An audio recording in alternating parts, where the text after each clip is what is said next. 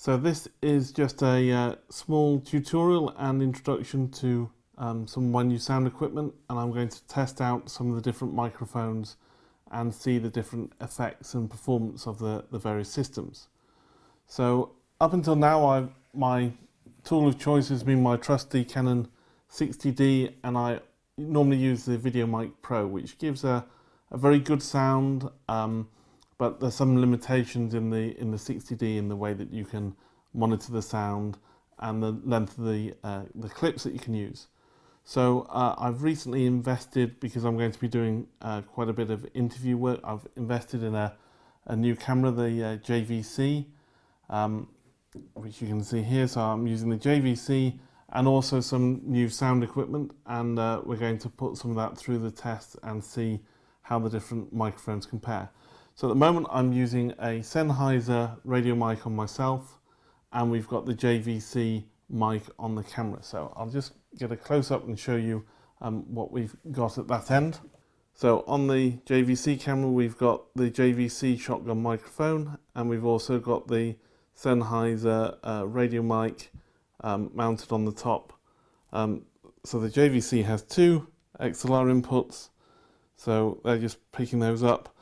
And the other great thing about the JVC compared to the Canon is that we've got a mic monitoring point, so we can connect our headphones and listen and monitor the audio.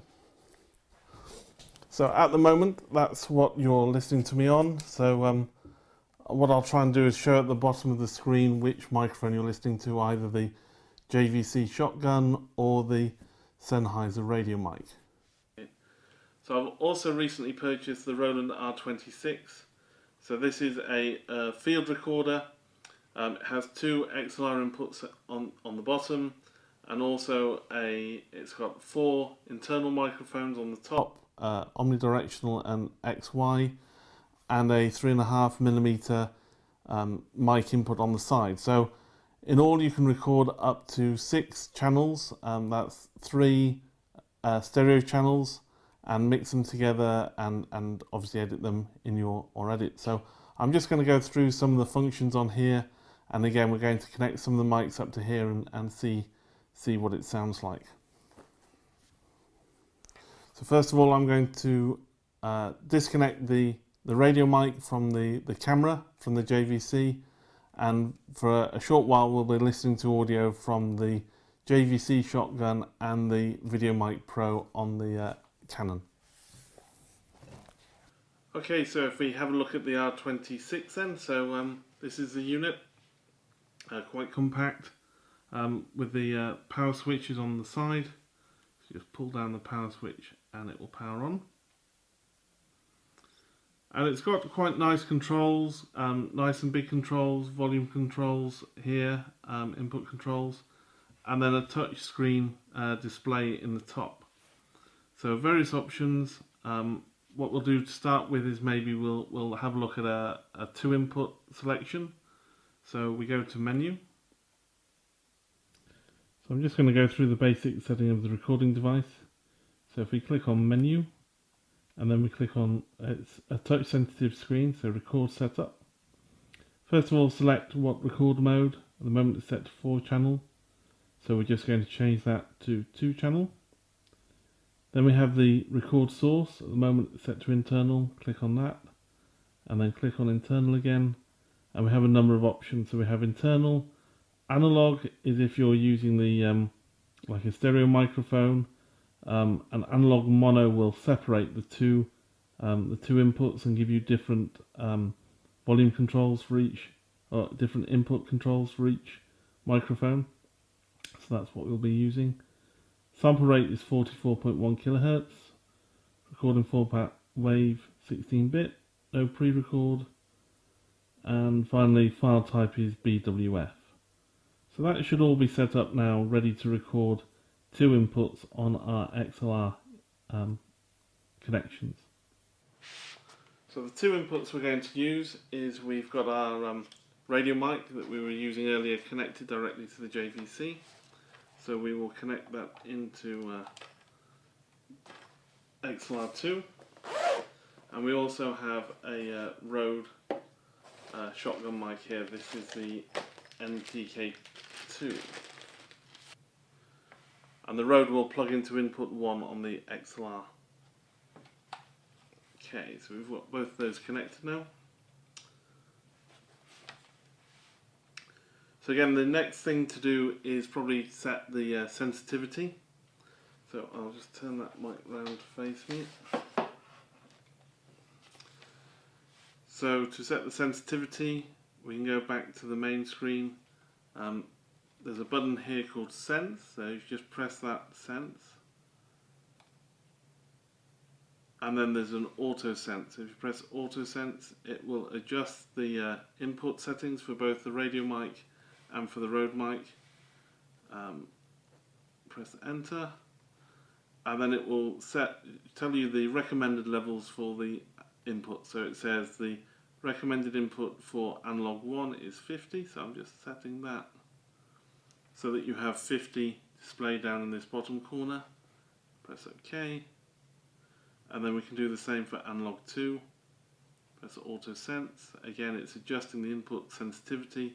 You would get the person to talk as I am doing, and then press Enter again.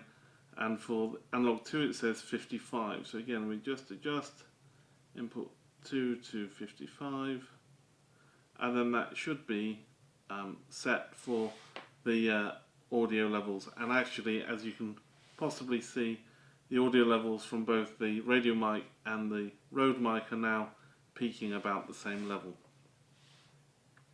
So what we'll do now is we'll start the recording. So press record down here. It flashes to start with, say we're in pause mode, and then we can press it again, and now we're recording. So previously we were listening to either the JVC mic or the VideoMic Pro on the Canon, but now we also have back to the Sennheiser radio mic recorded on the R28, the R26, or we have the Rode mic again recorded on the R26.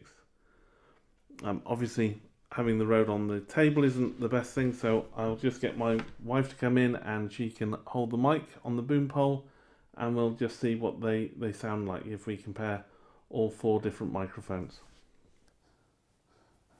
So now we've got my wife holding the boom mic that's slightly in shot, as you can see.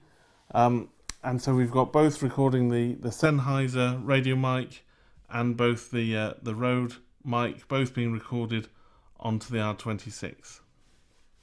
I'm still recording from the JVC onto the JVC shotgun, and also the Canon VideoMic Pro. Now we've got the headphones connected, so you can monitor the R26 as you're recording. You can keep an eye on the peak level meters. If they do peak into the red, you'll actually see this peak light flash. I've also got my wife here is now holding the boom mic, so we've got the boom mic up there, and she's monitoring the monitoring the audio through the headphones.